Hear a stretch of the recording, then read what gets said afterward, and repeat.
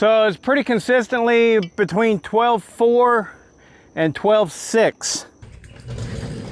Hello, boys and girls. So what we're going to do here is we're going to remove the cylinder.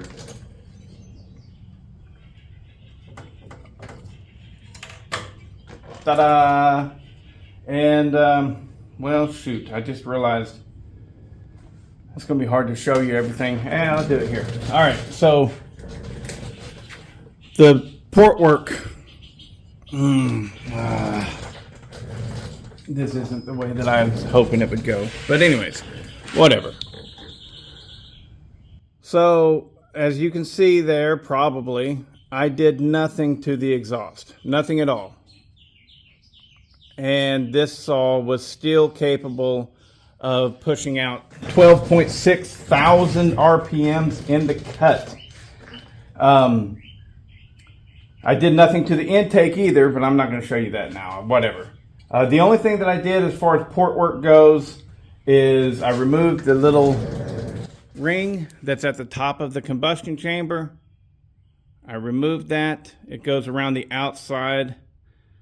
And I removed very little of it. All right. So literally that ring, let me show you.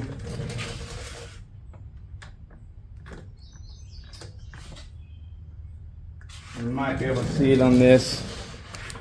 Maybe. See that ring? That ring is about 0.010 of an inch thick. And in order to keep the piston from smacking that ring, you have to remove that ring. And then you can remove the base gasket and drop it down. Well, I removed so little of that ring that the ring itself is only at 15 thousandths of an inch. So my squish is 15 thousandths of an inch, roughly, maybe 14 thousandths of an inch. It's hard to measure whenever it gets that thin. So anyways, the ring, say 15 thousandths of an inch. The rest of the squish is at about 20 thousandths, maybe 21. No, actually, I think it was like 19 thousandths. 18 or 19 thousandths. But the point is I just removed a little bit of that ring, and I've got extremely tight tolerances because this is my saw. I have an extra cylinder and an extra piston for it that I bought a while back. And so I'm okay with catastrophic failure. That's why I am okay with just such a, let me get the notes. Sorry, I'm scattered all over the place. So yeah, the ring, now that I have taken some of it off and without the base gasket in place, we're looking at 15 thousandths on the ring itself and 19 thousandths on the rest of the squish. And I'm okay if that piston touches it because I'm okay with catastrophic failure. And the piston has not touched. So I am reading that as in 15 thousandths is okay. Your piston's not going to touch. But that's besides the point. The point of this video is now I'm going to go ahead and I'm going to show you guys how I mark the cylinder for port work. Because what I'm going to do is I'm going to go in and I'm going to raise and widen the transfer, the exhaust, just a tick. Right now the exhaust is at 103 degrees. That's when it opens. And I'm going to raise it to 102, maybe 101. I'm going to shoot for 102 though. And I'm going to widen it. The way that I get that number is like this. I remove the ring from the piston. Oh, before I go ahead and do that, I'm going to tell you the actual port work. So I cut that ring out. Sorry, I'm scatterbrained like crazy. I'm going to cut that. I cut that ring out and remove the base gasket, and that got me down where I wanted to be. The only thing else that I did to this cylinder was to get my intake timing. I removed material from the skirt of the piston on the intake side, And then these things are sealed up really tight, so I removed material from the sides of the piston so that I have more room to get into my lower transfers. And I raised this lower transfer. I raised it about 1/8 of an inch, maybe a little bit more, but not much. I just raised it a little bit, and I rounded over the sides so that it flows in there nice and smooth. So now what I'm going to do, I'm going to take that ring that I just took off. I'm going to clean it up because we don't want any oil on it for the next part of this procedure. I'm going to install that ring in there.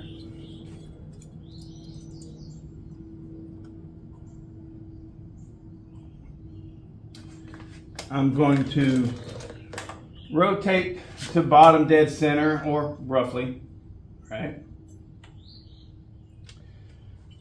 I'm going to place my cylinder back on, and the piston is going to start pushing that ring up. Make sure I get this cylinder seated really nice.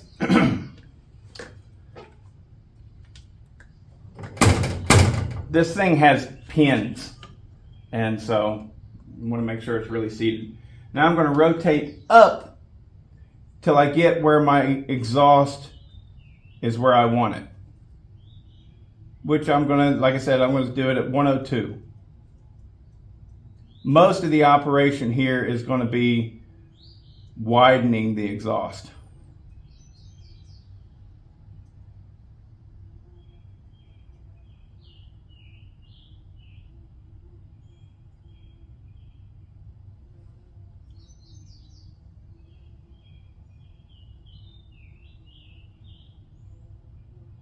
There's my 102.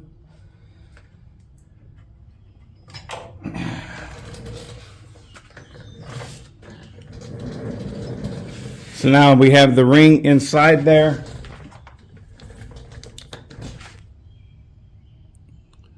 And that's going to mark 102 degrees.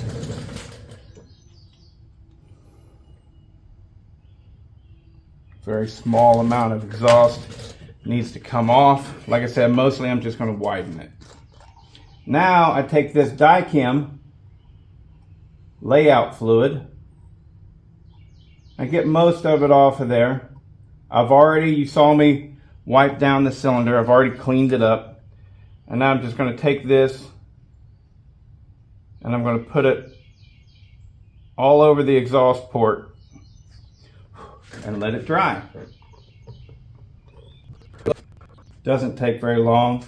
Now, to avoid marking up my Dicam, I'm going to push it down on the side of the exhaust and then lift it from the intake side. That turns it the way that I want it to be without it actually rubbing the Dicam off of the exhaust. I put my spectacles on because I'm an old man and I can hardly see. And I grind until all the blue is gone.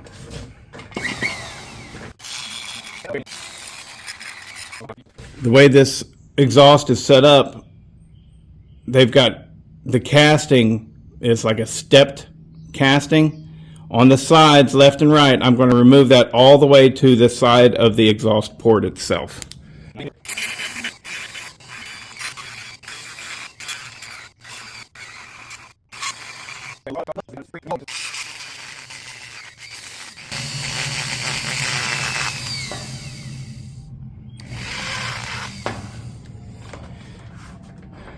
And that's it. So we have widened out that exhaust port all the way to the sides. We have flattened the top of the exhaust port a bit. All right. And we took a little bit off the bottom just to make it a nicer, bigger exhaust port. You know? Now, blow it out with compressed air. We've got to go in and we have to bevel the edge. right? The reason we bevel the edge is so that the piston ring does not catch on the exhaust port. Now what I use to bevel the edge, you'll see right here.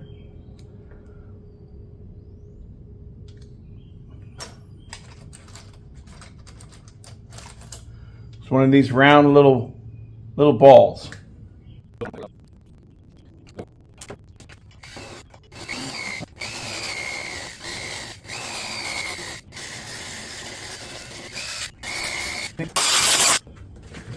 Now we take some sandpaper. This is, what is this? 180 grit. 180 grit. And I go over the edges of the exhaust port that I just messed with.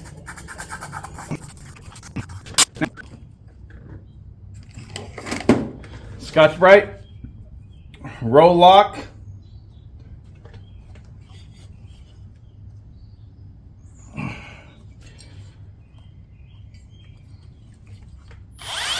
oh, come on.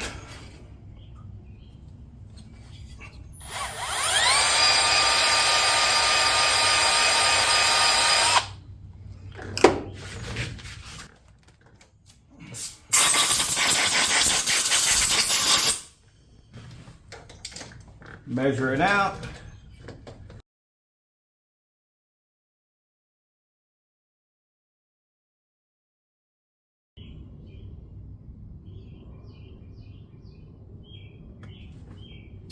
.101. It's actually 101.3. So I didn't majorly blow past my number. Just needed to recalibrate this because whenever I'm using this impact, right, it's shaking that, making it lose its calibration.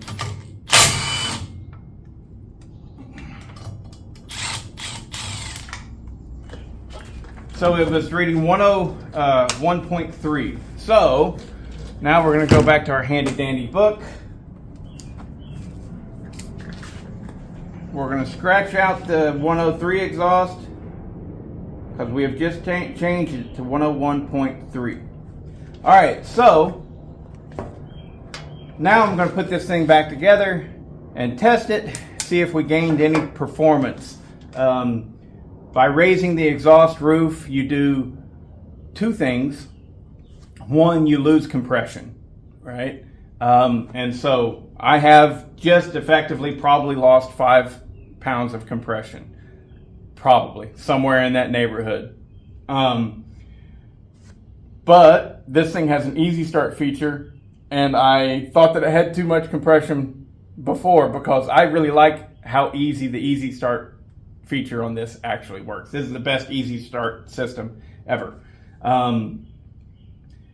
So losing a little bit of compression, I thought it had just a tad too much anyways, so that's not too big of a deal. The other thing that what we just did, raising the exhaust roof, does is it allows for the exhaust to leave faster, right? If you're getting the exhaust out faster, it's getting out, you have more time. It's not going faster. You have more time for the exhaust to escape. And you go, wow, 2 degrees, that's, from 103 to 101, that's nothing. It's more than you think. So you're giving more time for that exhaust to escape, which allows the saw to rev faster and higher. Now, will the rest of the setup respond to it in a way that works? I don't know, but we're going to test it out now and see if this thing will pull just a little bit more RPM. My guess is no, it won't. But then I'll go and make some intake changes, and the two combined in conjunction with each other, right, might really help out. And then I will modify the carburetor, and then the 3 combined might really help. So, but we're going to do this step-by-step process. It's a pain in the ass because I'm tearing the saw apart every time. But this is what you do in order to get a formula that is perfect. And so before it pulled really good with a 103 exhaust, I'm hoping for just a little bit better. And so that's why I'm going to go and do 3 changes. Anyways, probably been a long-winded video. That's how you do it. Now, another thing that's got to be said about this is, you know, we widened that exhaust port, right? That's substantial. That's a big deal, because you're giving a bigger hallway for that exhaust to leave. Now, if the hallway is too big, it can mess with the velocity of the exhaust getting out, but I don't know. They're getting nitpicky there, and I'm not in building this, you know, for intentions of racing. I'm just wanting to get the most I can out of this chassis for a good work saw. And so far, it's already there. I'm just trying to get it incrementally a little bit better. That's it. In this same log yesterday, with the same tune, I haven't touched the carburetor, I was able to get between 12.4 thousand RPMs to 12.6 thousand RPMs in the meat of the cut. So now after the exhaust port changes, let's see what it does.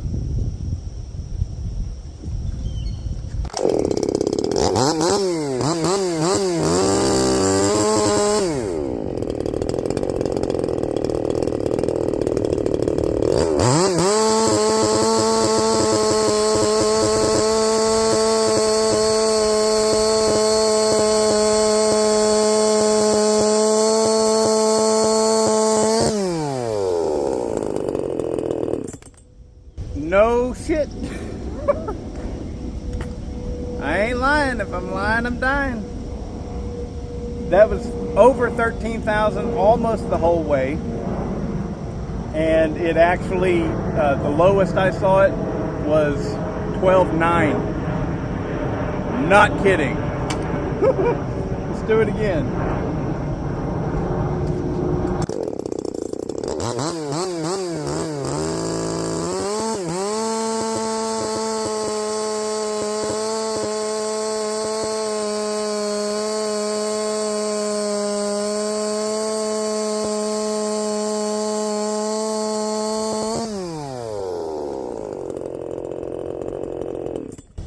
Okay, the lowest I saw it on that one was 12,690. 12,690. That's the lowest I saw it. Whereas before, 12,600 was at the highest. So for most of the cut, it was over 13,000. Jesus. Okay, that made a difference. Okay. B. All right, timed cut.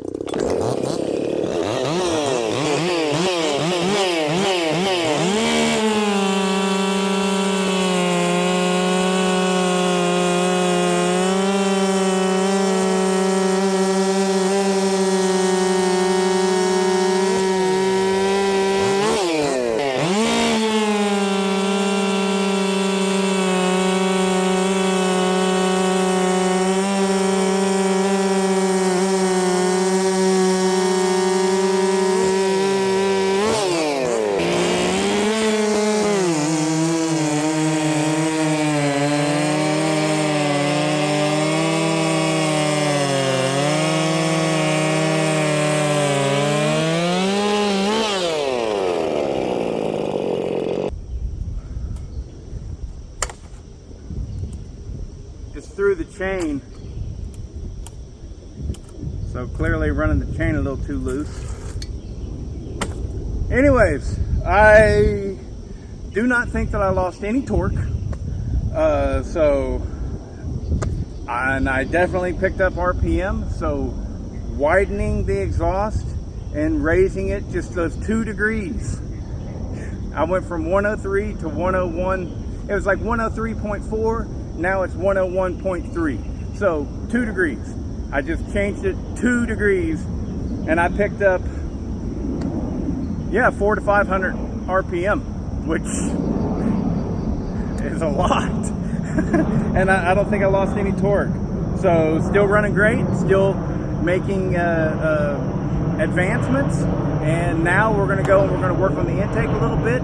We're gonna raise the roof of the intake in order to increase the port area, the port area volume, just right before it goes into the cylinder. And we'll see what that does. And then we'll modify the carburetor. So far, man, I'm loving this thing. And I'm going, is it better than the 562? Is it better than the 562? Mark II, by the way, not Mark I. I'm like, is it better? It doesn't feel any heavier at all in the hands. It's great.